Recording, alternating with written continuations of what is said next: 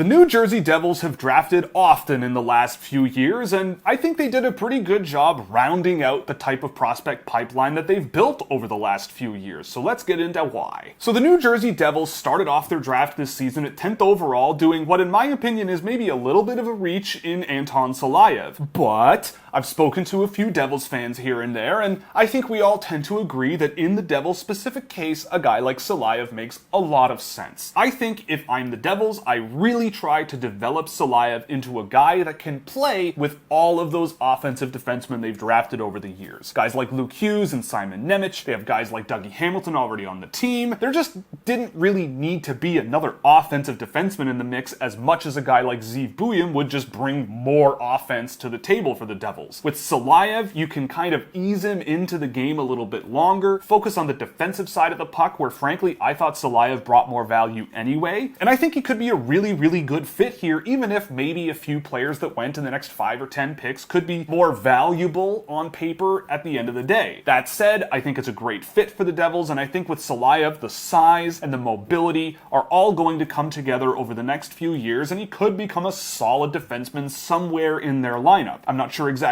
where because he's a bit of a mystery box, but the potential is really high with a guy like Salayev. At 49th overall, the Devils drafted one of the highest rated goaltenders in the draft in Mikhail Yegorov. And frankly, Yegorov was my third ranked goaltender, and I had Evan Gardner and Emil Vinny a little bit higher, but at that point, I mean, it's kind of take whoever you like. And Mikhail Yegorov, I think, has been a really strong goaltender for a really brutal Omaha Lancers team this year. He faced really hard workloads at 5-on-5 this year, and his metrics look really good in my opinion. He's athletic, he covers the net really well, he gets across the crease really quickly. I think there's a lot that Yegorov brings to the table, and you could look at his counting stats and maybe be a little bit concerned, but long term, I think, especially once he gets away from Omaha, things should look up for a player like Yegorov, and I thought this was a pretty solid pick if the Devils are looking for a goaltender of the future. At 85th overall, they went to Finland and drafted Kasper Pikkarainen. Now, this is a player I'm not as familiar with as many others in this year's draft class, but he's always been an interesting, low-ceiling, decent floor style player. He's big, he's aggressive, he goes to the net, he keeps his game simple, but it's quite effective. I don't think there's anything super exciting about a guy like Pikkarainen, but on the plus side, he is very young in this draft class, and there is an advantage to that. You leave him in Finland for a while, he might fill out physically a little bit, and you might have a nice complementary power forward there, so I can't really complain about this pick from the Devils, especially if you want to look in the more heavier, bigger direction, and I think Pikkarainen brings some interesting tools to the table. At 91st overall, they drafted a player who I am personally a huge fan of in Herman Truff. Now granted, he's almost a year older than a guy like Pikkarainen, but I do think he brings a really high level of skill and excitement to the game that I think went really underrated over the course of the season. He's a pretty unrefined player with regards to seeing the ice and moving the puck in a stable and careful way, but when the puck is on his own stick and he's just going,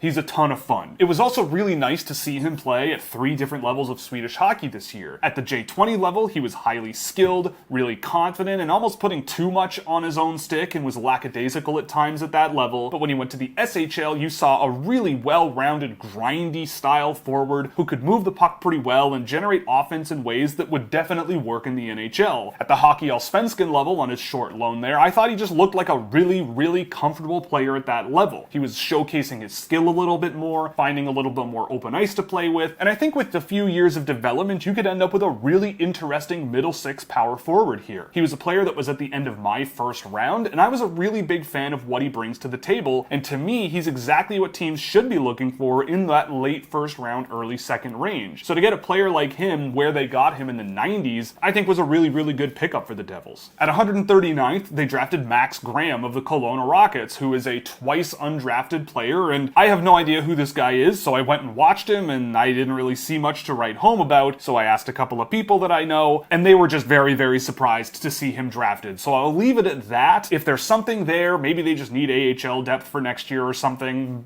I don't know. I can't say anything is impossible. Maybe they just pointed at their WHL scout and said, "Who do you like?" And they said Max Graham, so we'll see how that works out. At 146th, they drafted Viti Luhivaara, a goaltender from Jyväskylä's junior program in Finland. Again, another player that I just hadn't really seen a whole lot of. I took a quick look at him. He played a little bit at the top division this year. He's a goalie.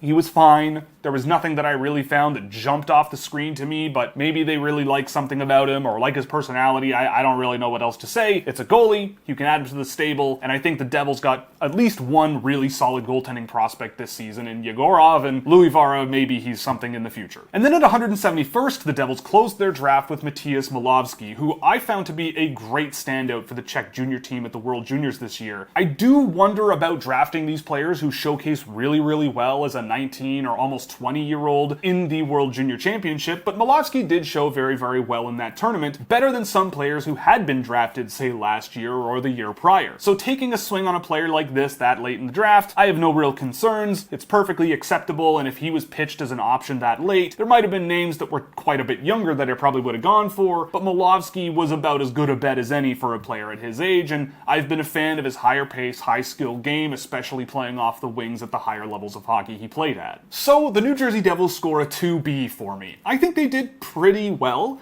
I think they could have aimed a little bit higher with the Salayev pick, although I think it makes sense for the specific situation that they're in. I think Salayev does have quite a ways to go to reach whatever ceiling there is there, and I do think that the ceiling he potentially has might be a little bit misrepresented out there. A second pairing guy who can kill penalties and play off of a guy like Luke Hughes or Simon Nemec really well? Sure, count me in. I get it. Mikhail Yegorov, if you want a goalie, I get it. He's a pretty solid option. Goalies are always a question mark, but the Devils have drafted so much over the last few years and acquired so many assets around the league that if it works, it works. And I saw Yegorov a few times this year and really liked what I saw. I wasn't a huge fan of Pikkarainen, but he does play a relatively projectable and safe game that maybe comes a few steps in the next few years. But I have to give them credit. I loved Herman Truff this year, and I really think that there is potential that he is a good complementary forward in the NHL at some point. Max Graham and VT Louis Vara, to me, are kind of shots in the dark, but I do really like the swing on Matthias Milovsky after seeing him at the World Juniors this season. Do I think there's a huge potential player here in Milovsky?